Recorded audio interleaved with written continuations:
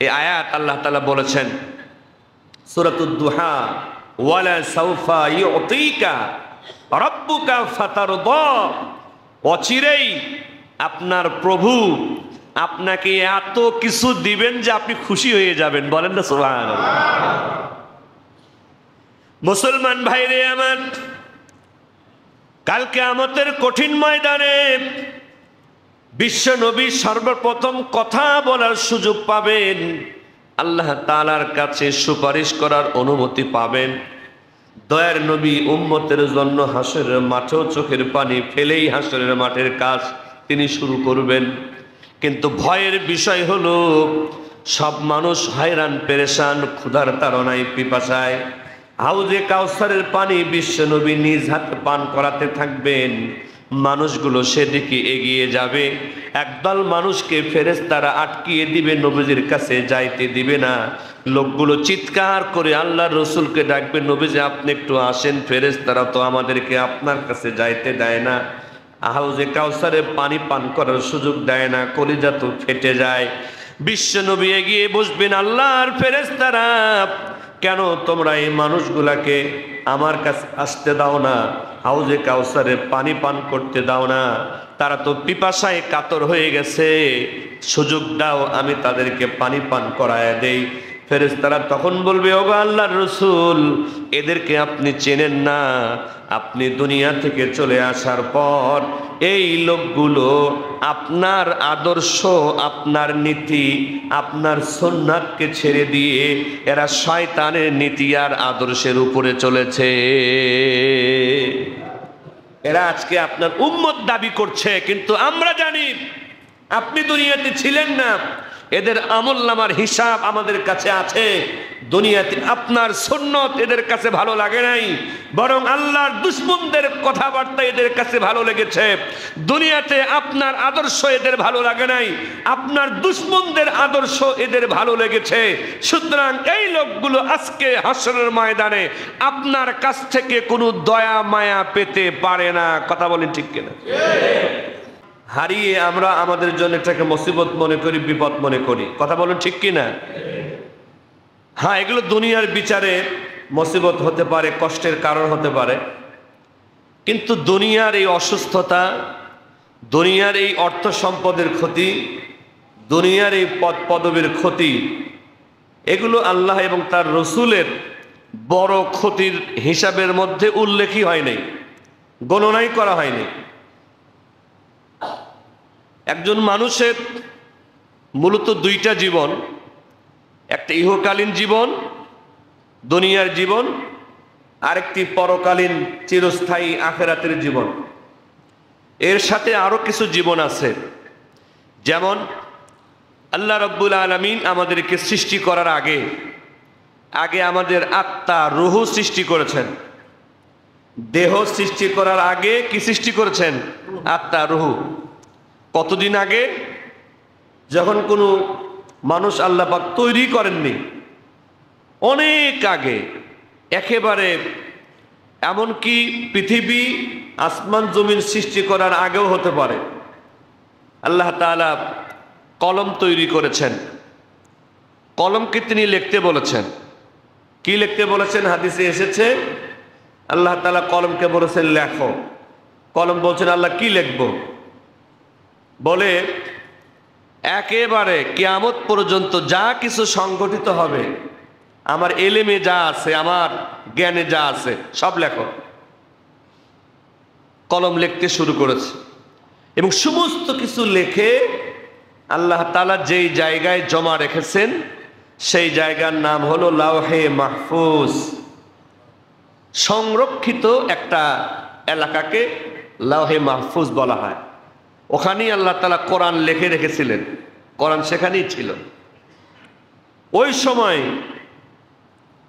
আল্লাহ তাআলা কত মানুষ তিনি দুনিয়াতে পাঠাবেন, সমস্ত হিসাব ওই সময় নির্ধারণ করে রেখেছেন এবং সমস্ত মানুষের জন্য ওই সময়ই আল্লাহ তাআলা আত্মা এবং রূহ সৃষ্টি করে রেখেছেন। বলেন না সুবহানাল্লাহ।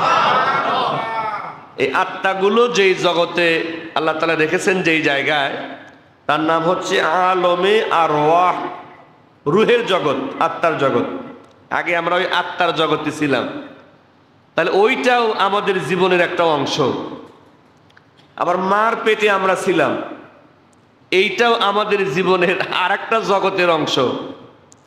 আবার দুনিয়াতে যখন আমরা মার পেট থেকে বের হয়ে আসি মৃত্যু পর্যন্ত, এটাও আর একটা জগতের অংশ। আবার যখন কবরে যাব, কিয়ামত হওয়ার আগ পর্যন্ত, সর্বশেষ হাসরের মাঠ কায়েম হওয়ার আগ পর্যন্ত সর্বশেষ যেই মানুষটা মারা যাবে, এই মানুষটাও কবরের জগতে থাকবে প্রায় 40,000 বছর। তাহলে এই কবরের জীবনটাও কত লম্বা, ওটাও একটা জগৎ। আবার এখান থেকে আল্লাহ তাআলা হাসরের ময়দানে উঠাবেন সব মানুষ, একসাথে আমরা দাঁড়িয়ে যাব হাসরের মাঠ, মহাবিচারের দিন, মহাবিচারকের সামনে। এই হাসরের মাঠের এই সময়টাও 50,000 বছরের বিচারের মাঠ। বলেন না সুবহানাল্লাহ। এরপরে ফয়সালা হয়ে হয় জান্নাত, না হয় জাহান্নাম। তো নবী করিম সাল্লাল্লাহু আলাইহি ওয়াসাল্লাম হাদিস শরীফের মধ্যে বলেন, আল মারউ মা মান আহাব্বা, যার সাথে যার মহব্বত তার সাথে তার কাওমত। মুসলমান ভাইরে আমার, কথাটা একটা ছোট কথা, কিন্তু এই কথার মধ্যে কি পরিমাণ তাৎপর্য রয়েছে, কি পরিমাণ বুঝার বিষয় রয়েছে, জ্ঞানের বিষয়। যার সাথে যার মহব্বত তার সাথে তার কিয়ামত। অবশ্যই আমরা ভালো করে জানি, যদি আমার আপনার মহব্বত আল্লাহর দুশমনের সাথে হয়, আমার আপনার ভালোবাসা যদি রাসূলের দুশমনের সাথে হয়, নিশ্চয় আমার আপনার কিয়ামতটাও আল্লাহর দুশমনের সাথেই হবে, আমার আপনার হাসরের মাঠটাও আল্লাহর রাসূলের দুশমনের সাথে হবে। কাল কিয়ামতের কঠিন ময়দানে, হাসরের মাঠে, বিচারের দিনে আল্লাহ এবং তার রাসূলের কথা ছাড়া তো আর কোনো কথা বলার ওই সুযোগ কেউ পাবে না।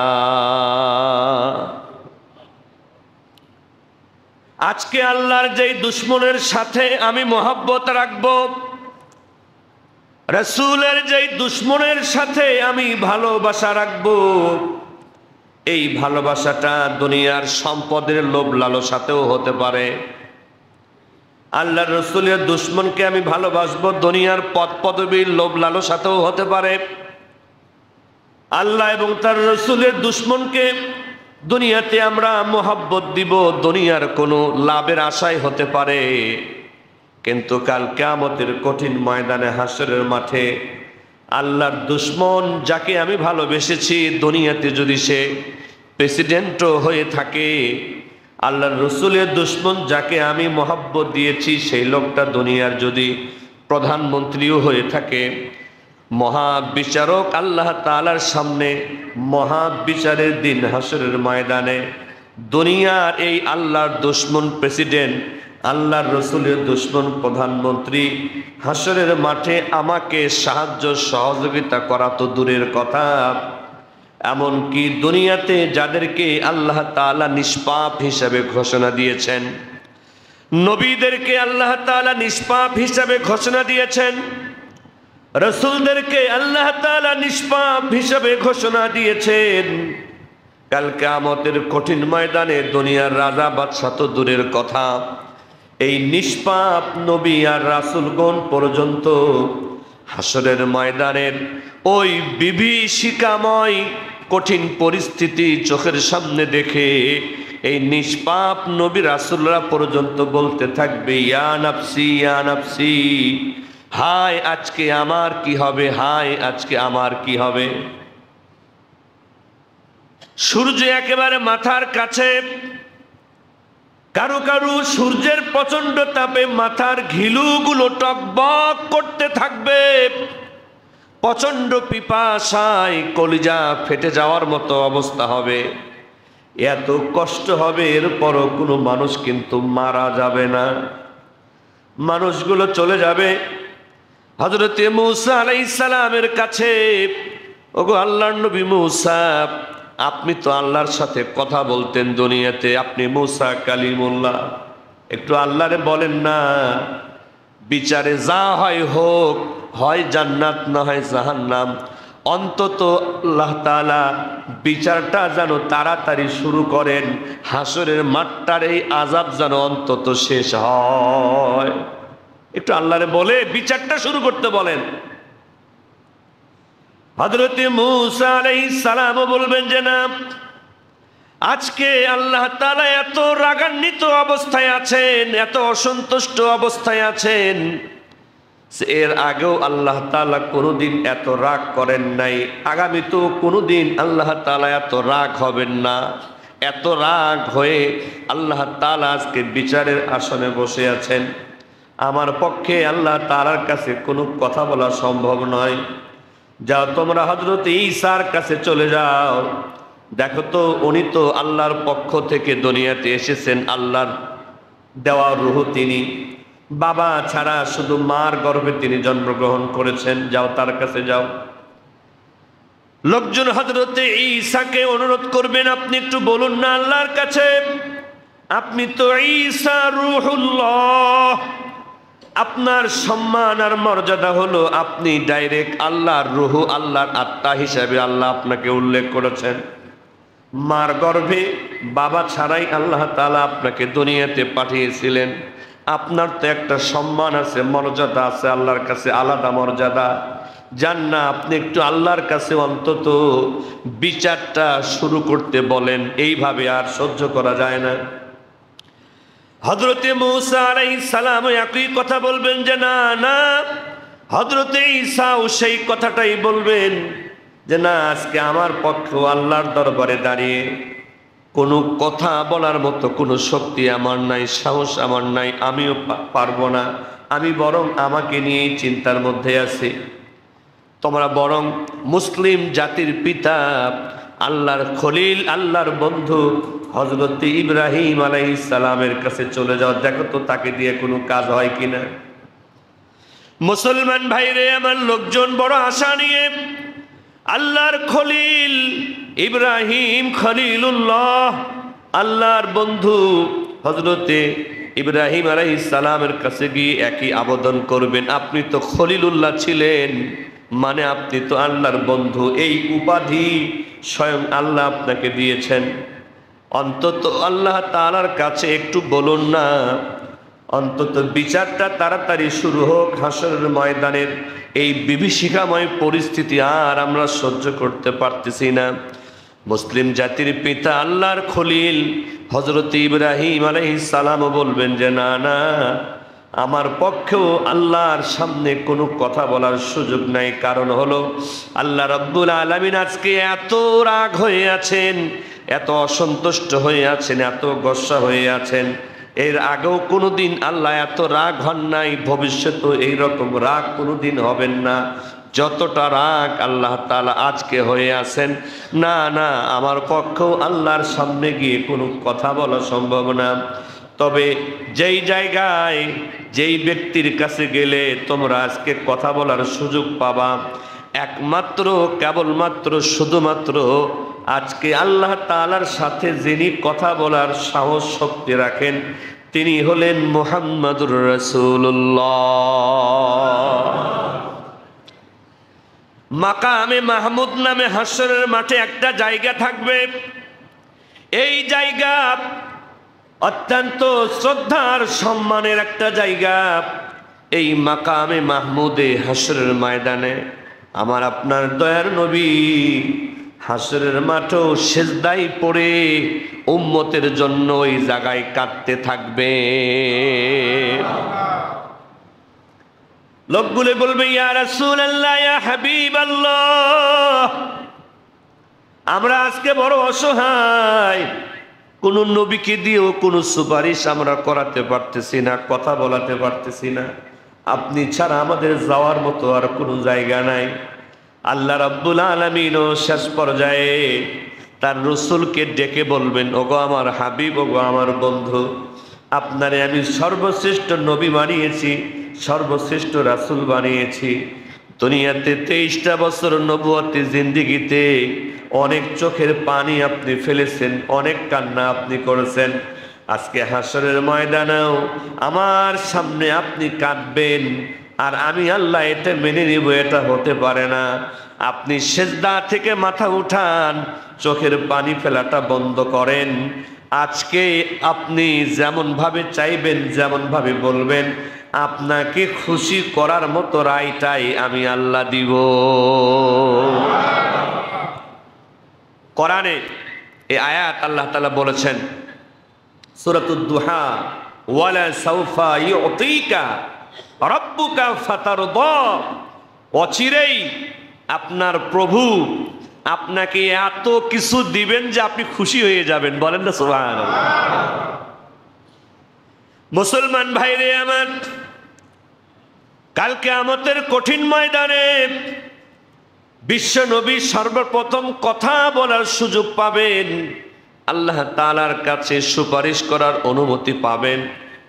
দয়ার নবী উম্মতের জন্য হাসরের মাঠেও চোখের পানি ফেলেই হাসরের মাঠের কাজ তিনি শুরু করবেন।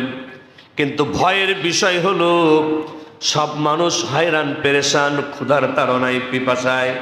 হাউজে কাউসারের পানি বিশ্ব নবী নিজ হাতে পান করাতে থাকবেন। মানুষগুলো সেদিকে এগিয়ে যাবে।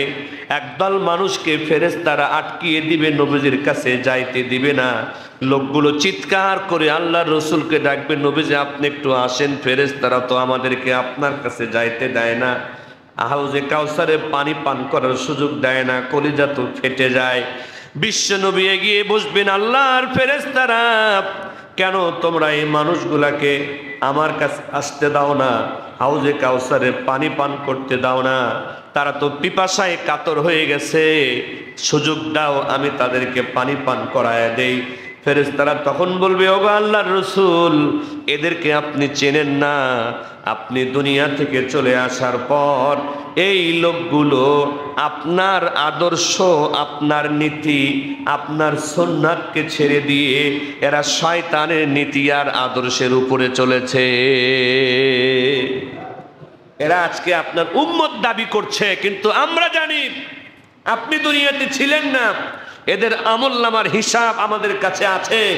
দুনিয়াতে আপনার সুন্নত এদের কাছে ভালো লাগে নাই, বরং আল্লাহর দুশমনদের কথাবার্তা এদের কাছে ভালো লেগেছে। দুনিয়াতে আপনার আদর্শ এদের ভালো লাগে নাই, আপনার দুশমনদের আদর্শ এদের ভালো লেগেছে।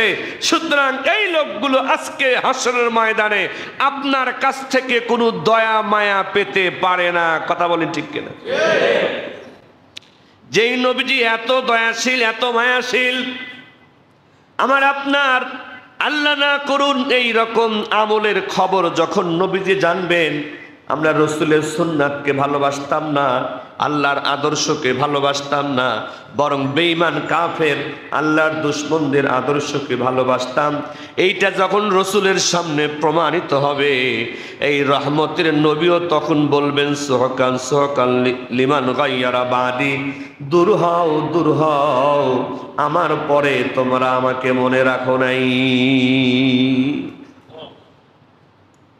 এরপরে এই লোকগুলা আর কোথাও গিয়ে বাঁচার কোনো সুযোগ থাকবে? এই জন্য যার সাথে যার মহব্বত, তার সাথে তার কিয়ামত। এই হাদিসের উপরে আমল করেছেন বিশ্বনবীর হাতে হাত দিয়ে মুসলমান হওয়া সাহাবায়ে কেরাম। রাসূলের প্রত্যেকটা হাদিসের উপরে শুধু নয়, হাদিসের প্রত্যেকটা শব্দের উপরে, কথার উপরে তারা আমল করেছেন। আজকে দুনিয়াতে যেমন ক্ষমতার সুপার পাওয়ার ধরা হয় আমেরিকাকে, ক্ষমতার সুপার পাওয়ার ধরা হয় রাশিয়াকে, ঠিক ওই সময় পৃথিবীতে দুইটা ক্ষমতার সুপার পাওয়ার ছিল। একটা পারস্য সাম্রাজ্য, আরেকটি ছিল হলো রোম সাম্রাজ্য। এদের আলোচনা আল্লাহ তাআলা কোরআনেও করেছেন। রোম সাম্রাজ্যের ইতিহাস সূরাতুর রুম নামে একটা সূরা আল্লাহ তাআলা কোরআনে দিয়েছেন। এই রোম হলো বর্তমানে ইতালির যে রোম শহর, এখনো সেই শহর আছে। এটার আলোচনা শত শত বছর আগে কোরআনে করেছেন কে? আল্লাহ তাআলা। তৎকালীন এই সুপার পাওয়ার রোম সম্রাটের সৈনিকদের সাথে মুসলমান সৈনিকদের একটা যুদ্ধ অবস্থা তৈরি হয়। কোনো একটা কৌশলে মুসলমানদের ওই সময়ের সেনাপতি হযরতে আব্দুল্লাহ ইবনে হুযাফা এবং আরো কয়েকজন মুসলমান সৈন্যকে ওই রোম সম্রাটের সৈন্যরা গ্রেফতার করে ফেলে, ধরে নিয়ে যায় বাদশার সামনে। খ্রিস্টান বাদশাহ হযরতে আব্দুল্লাহ ইবনে হুযাফা রাদিয়াল্লাহু তাআলা আনহুকে ডেকে লোভ দেখিয়ে তার ঈমানটা কিনে নেওয়ার চেষ্টা তিনি করলেন।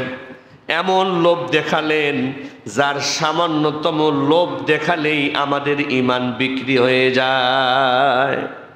এত বড় লোভ দেখালেন যার সামান্য পেলেই আর আমাদের ঈমান থাকে না। তৎকালীন সুপার পাওয়ার রোম সম্রাট হযরতে আব্দুল্লাহ ইবনে হুযাফাকে ডেকে বললেন, আব্দুল্লাহ ইবনে হুযাফা, আমি শুনেছি তোমরা মুসলমান হয়ে তুমি কি পেয়েছো, কি সম্পদ পেয়েছো, কি ক্ষমতা পেয়েছো।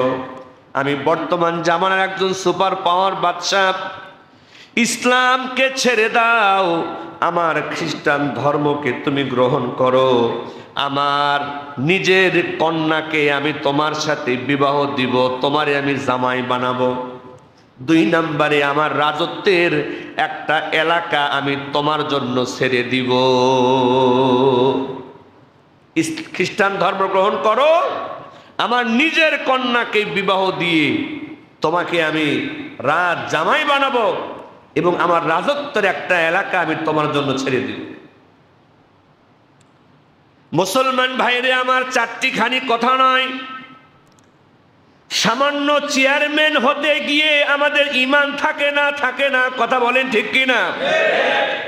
সামান্য কাউন্সিলর হতে গিয়ে আমাদের ঈমান ঠিক থাকে না। সামান্য থানা জেলা পর্যায়ের বড় দলের একটা পদ নিতে গিয়ে আমাদের ঈমান ঠিক থাকে না। আর তৎকালীন সুপার পাওয়ার বাদশাহ নিজের জামাই বানাতে চাচ্ছেন আর একটা এলাকা রাজত্বের জন্য ছেড়ে দিতে চাচ্ছেন। যার সাথে যার মহাব্বত তার সাথে তার কিয়ামত। এই মহাব্বত আর ভালোবাসার প্রমাণ কেমন দিয়েছেন? কোরআনের তাফসিরে স্বয়ং এই ঘটনা উল্লেখ আছে। হযরতে আব্দুল্লাহ ইবনে হুযাফা তখন ডেকে বলেন, ও রোম সম্রাট, আপনি আমাকে যেই অফারটা দিয়েছেন এটা তো সামান্য একটা অফার, বলুন না সুবহানাল্লাহ।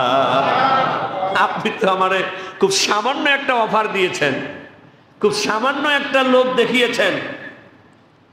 শুধু আপনার রাজত্বের একটা এলাকায় শুধু নয়, আপনি যদি আপনার পুরা রোম সাম্রাজ্য আমাকে দিয়ে দেন, এমনকি যদি আরব এলাকার পুরা রাজত্ব আমাকে দিয়ে দেন, পুরা আরব রাজত্ব পেলেও, পুরা রোম সাম্রাজ্যের রাজত্ব পেলেও আমি সামান্য সময়ের জন্যেও আল্লাহ এবং তার রসুলের মহব্বত থেকে আমি দূরে যাব না।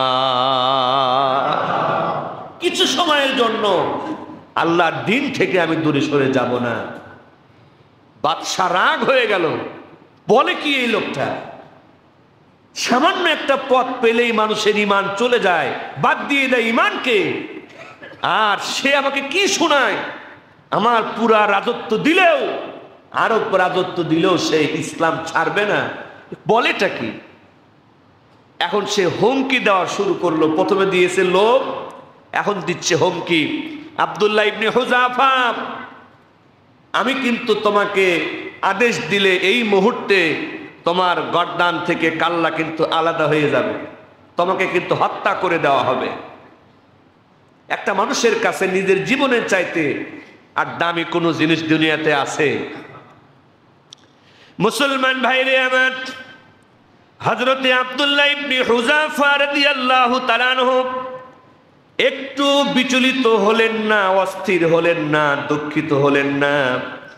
ইতিহাস সাক্ষী দেয়, হযরতে আব্দুল্লাহ ইবনে হুযাফা রাদিয়াল্লাহু তাআলা আনহু বললেন, ও রোম সম্রাট, আমাকে তোমার যদি হত্যা করতে মনে চায় তুমি হত্যা করতে পারো, এটা তোমার ব্যাপার, কিন্তু এই হত্যার ভয় দেখিয়েও আমাকে আমার ঈমানের ভালোবাসা থেকে সরাতে পারবে না। তো রোম সম্রাট মনে করেছিল মুখের কথা, বিপদে ফালাইলে, কষ্ট শুরু হলে, যন্ত্রণা শুরু হলে, তখন একটা মানুষ আর কতক্ষণ যন্ত্রণা সহ্য করতে পারে? এরে উঠাও, শুলে উঠাও। অনেক উঁচু জায়গায় শুল বানানো আছে, সেখানে হযরতে আব্দুল্লাহ ইবনে হুযাফাকে টাঙ্গানো হলো। রোম সম্রাটের নির্দেশে তার কয়েকজন সৈনিক হযরতে আব্দুল্লাহ ইবনে হুযাফার হাত লক্ষ্য করে, পা লক্ষ্য করে কয়েকটা তীর নিক্ষেপ করে দিলেন। ঝরঝর করে তার দেহ থেকে রক্ত পড়া শুরু হলো। আবার প্রস্তাব দিলেন রোম সম্রাট, আব্দুল্লাহ ইবনে হুযাফা, তুমি কিন্তু দেখতে পাচ্ছ আমি কিন্তু হত্যার কথা এমনি এমনি বলি নাই, শুধু ভয় দেখানোর জন্য বলি নাই। এই যে তীর নিক্ষেপ হওয়া শুরু হয়েছে হাত পায়ে, এই তীর কিন্তু তোমার কলিজার মধ্যেও লাগতে পারে। এখনো বলো সময় আছে, আমার জামাই হয়ে যাও, আমার রাজত্বের একটা অংশের তুমি প্রধানমন্ত্রী, প্রেসিডেন্ট হয়ে যাও, খ্রিস্টান ধর্ম গ্রহণ করো, ইসলামকে ছেড়ে দাও। হযরতে আব্দুল্লাহ ইবনে হুযাফা বললেন, বাদশা, আমি আপনাকে আগেও যে কথা বলেছি এখনো আমার একই কথা, আপনি যতই নির্যাতন করেন আর কষ্ট দেন না কেন, আমি ইসলাম ছেড়ে একটা সামান্য সময়ের জন্য আল্লাহ এবং তার রাসূলের মহব্বত ছেড়ে আমি আপনাকে, আপনার ধর্মকে মহব্বত করতে পারবো না। এই ইতিহাস পড়ে আমি নিজেও আশ্চর্য হয়ে গেছি, কিভাবে সম্ভব এইভাবে আল্লাহ এবং তার রাসূলের প্রতি ভালোবাসাকে ঠিক রাখা। বাদশা কি করছেন জানেন? উনি চিন্তা করতেন, আগেই আমি একে মারব না, আমার যত প্ল্যান আছে, যত কৌশল আছে, সমস্ত কৌশল ব্যবহার করে হলেও আমি আব্দুল্লাহ ইবনে হুযাফার ঈমানকে আমি কিনতে চাই, নিতে চাই। তাকে আবার অর্ডার দিয়ে শুল থেকে বাদশা নামালেন। নামে বলে, এক কাজ করো, বড় একটা ডেগের ভিতরে তোমরা তেলকে জ্বালাও, তেলকে ফুটাও। বড় একটা ডেগের ভিতরে তেল ফুটানো হলো, ফুটন্ত টকবক করতেছে তেল। বাদশা কৌশল করে আরেকজন মুসলমান সৈনিককে হযরতে আব্দুল্লাহ ইবনে হুযাফার সামনে ওই ফুটন্ত তেলের মধ্যে ফেলে দিলেন, তার চোখের সামনে, যাতে এটা দেখেও সে তার মতকে পরিবর্তন করে কিনা। হযরতে আব্দুল্লাহ ইবনে হুযাফা দেখলেন তার চোখের সামনেই আরেকজন মুসলমান ভাইকে ফুটন্ত তেলের মধ্যে ফেলা হলো, আর এই ফুটন্ত তেলে মুহূর্তের মধ্যেই ফ্রাই হয়ে গেলেন। ওই সাহাবী সমস্ত গোশতগুলো ছাই হয়ে গেল, শুধু হাড্ডিগুলো তার দেহে অবশিষ্ট থাকলো। চোখের সামনে ছটফট করতে করতে একটা মানুষ মারা গেলেন। এবার রোম সম্রাট ডেকে বলে, আব্দুল্লাহ ইবনে হুযাফা, যদি আমার কথা না মানো, তোমার চোখের সামনে তুমি যেই দৃশ্যটা দেখলে, আমি কিন্তু আদেশ দিয়ে তোমাকে এইভাবে ফুটন্ত তেলের মধ্যে ফেলে ফ্রাই করে ফেলবো, শেষ করে দিব। হযরতে আব্দুল্লাহ ইবনে হুযাফা বললেন, রোম সম্রাট, আমি আগেও যে কথা বলেছি এখনো আমার সেই কথা, আমারে মারবেন না, বাঁচাবেন এই ইচ্ছা আপনার, কিন্তু আমার কোনো মতেই এক মিনিটের জন্য আমি আমার অন্তর থেকে আল্লাহ এবং তার রাসূলের ভালোবাসা সরিয়ে আপনাকে আমার হৃদয়ে জায়গা আমি দিতে পারবো না। মুসলমান ভাইরে আমার, রোম সম্রাট এবার আদেশ দিলেন, ঠিক আছে, এতই যখন তোমার তেজ, আর আমি দেরি করতে চাই না, সৈনিকেরা দাও তার বন্ধুর মতো আরেকজন মুসলমান ভাইয়ের মতো তাকেও ফুটন্ত তেলের মধ্যে ফেলে দাও। হযরতে আব্দুল্লাহ ইবনে হুযাফাকে নিয়ে যাওয়া হচ্ছিল ফুটন্ত তেলের কাছে, তার চোখ দিয়ে ঝরঝর করে পানি বের হলো। এই দৃশ্য দেখে রোম সম্রাট জিজ্ঞাসা করলেন, আব্দুল্লাহ ইবনে হুযাফা, মনে হয় তোমার মনে আবার কষ্ট জাগ্রত হয়েছে, মনে হয় তুমি এখন বাঁচতে চাও। আমি সুযোগ দিচ্ছি, আমার আদেশকে প্রত্যাহার করে নিলাম, তোমাকে এই ফুটন্ত তেলে ফেলা হবে না। বলো বলো, কেন তুমি চোখের পানি ছেড়েছ? হযরত আব্দুল্লাহ ইবনে হুযাফা ডেকে বলে, রোম সম্রাট, যেই আল্লাহর হাতে আমার জান, তার কসম করে বলি, আমি এই ফুটন্ত তেলে পড়ে যাব এই ভয়ে আমি কাঁদি না। আমার জীবনটা এখন শেষ হয়ে যাবে, আমি এই দুশ্চিন্তায় চোখের পানি ছাড়ি নাই। আরে আমার তো মাত্র একটা জীবন, যদি আমার দেহের মধ্যে যতগুলা লোম আছে, যতগুলা পশম আছে, যদি আমার আল্লাহ আমার প্রত্যেকটা লোমের ভিতরে এক একটা জীবন দান করতেন, তাহলে আমি আমার আল্লাহর মহব্বতে লোম অনুযায়ী প্রত্যেকটা জীবন আমার আল্লাহর জন্য দিয়ে দিতাম। আমি জীবনের জন্য কাঁদি না, বরং কেন একটা জীবন পেয়েছি, একটা জীবনের জন্য কাঁদি। মাত্র একটা জীবন আল্লাহর জন্য দিবে, এটা আমার আফসোস। দেহে যতগুলা লোম আছে, এতগুলা জীবন যদি পাইতাম, আমি তোমার সামনে একে একে আমার সমস্ত লোমের সমান জীবন দিয়া আমার আল্লাহর ভালোবাসার প্রমাণ দেখাইতাম। রোম সম্রাট এখন নিজেই যেন পাগল হয়ে যায়, বলেটা কি, হাই রে হাই, এত লোভ দেখালাম তাও ঈমান বিক্রি করে না। শুলে চড়ায়া তীর মারলাম তাও ঈমান বিক্রি করে না। চোখের সামনে ফুটন্ত তেলে আরেকজন মুসলমানকে মেরে দিলাম, এই দৃশ্য দেখেও ঈমান বিক্রি করে না। এখন তাকেও তেলের মধ্যে ফেলে দেওয়ার ঘোষণা দিলাম, তাও ঈমান বিক্রি করে না। ঠিক আছে, আমি আরেকটু দেখতে চাই, আব্দুল্লাহ ইবনে হুযাফা, তোমারে আমি এখনো মারব না, আমি আরো একটু দেখতে চাই কতক্ষণ তুমি পারো তোমার ভালোবাসা আল্লাহর জন্য দেখাতে, রসুলের জন্য ভালোবাসা কতক্ষণ দেখাতে পারো, আমি এত তাড়াতাড়ি তোমাকে মারব না। বাদশা নির্দেশ দিলেন, যাও এটাকে জেলখানার মধ্যে বন্দি করে রাখো, কিন্তু আমার অনুমতি ছাড়া খাবার তো দূরের কথা, এক গ্লাস পানিও তোমরা এই আব্দুল্লাহ ইবনে হুযাফাকে দিতে পারবা না। তার প্রতি কোনো দয়া মায়া দেখাবা না, বন্দি করে রাখো, এক গ্লাস এক ফোঁটা পানিও যেন তাকে না দেওয়া হয়। আহত মানুষ হযরতে আব্দুল্লাহ ইবনে হুযাফা, দেহের মধ্যে যন্ত্রণা, ব্যথায় কাতর, কোনো খাবার নাই, এক ফোঁটা পানিও নাই, যেন কলিজা ফেটে যাওয়ার মতো অবস্থা। তিনি কোনো পানিও চাচ্ছেন না, খাবারও চাচ্ছেন না। তখন বাদশা আবার জিজ্ঞাসা করলেন, খবর কি? বলে, কোনো খবরও নাই, নিস্তেজ হয়ে পড়ে আছে, তাও কোনো কিছু চায় না, আত্মসমর্পণ করে না। বাদশা তখন বললেন, ঠিক আছে, তোমরা ইসলামে মদ খাওয়া হারাম, ইসলামে শুকুরের গোশত খাওয়া হারাম, যাও তার সামনে মদ আর শুকুরের গোশত সামনে দিয়ে রাখো, ক্ষুধার যন্ত্রণায় গোপনে হইলেও হয়তো রাতের বেলায় মদ আর শুকুরের মাংস খাইতে পারে। সৈনিকেরা হযরতে আব্দুল্লাহ ইবনে হুযাফার কয়েদখানার ভিতরে শুকুরের মাংস আর মদের পানি দিয়ে আসলো। একদিন যায়, দুই দিন যায়, মানুষটা নিথর দেহ নিয়ে পড়ে আছে। বাদশাকে জানানো হলো, বাদশাহ, দিনের বেলায় তো খাই নাই, রাত্রি বেলা তো অন্ধকারও, আমরা হিসাব করে দেখেছি এক ফোঁটা মদের পানিও, এক টুকরা শুকুরের গোশত লোকটা খায় নাই। বাদশা তখন আবারও জিজ্ঞাসা করলো, এমন আজীব লোক তো আমি জীবনে দেখি নাই। ও আব্দুল্লাহ ইবনে হুযাফা, জীবন বাঁচানোর জন্য ওই সময় তো হারাম কিছু খাওয়ার অনুমতি ইসলামে আছে, জায়েজ আছে, জীবন বাঁচানোর জন্য হইলেও হারাম কিছু পেলে সেটা খেয়ে হলেও জীবন বাঁচানোর অনুমতি তো ইসলামে আছে। তুমি অন্তত ইসলামের এই বিধানটার উপরে তো আমল করতে পারো, আমার কথা নাই মানো। হযরতে আব্দুল্লাহ ইবনে হুযাফা ডেকে বলে, রোম সম্রাট, তোমার চাইতে এই মাসআলা আমি ভালো জানি। হ্যাঁ, জীবন বাঁচানোর তাগিদে কোনো হালাল জিনিস পাওয়া না গেলে হারাম জিনিস খেয়ে হলেও জীবন বাঁচানো যায়, এটা আমি জানি।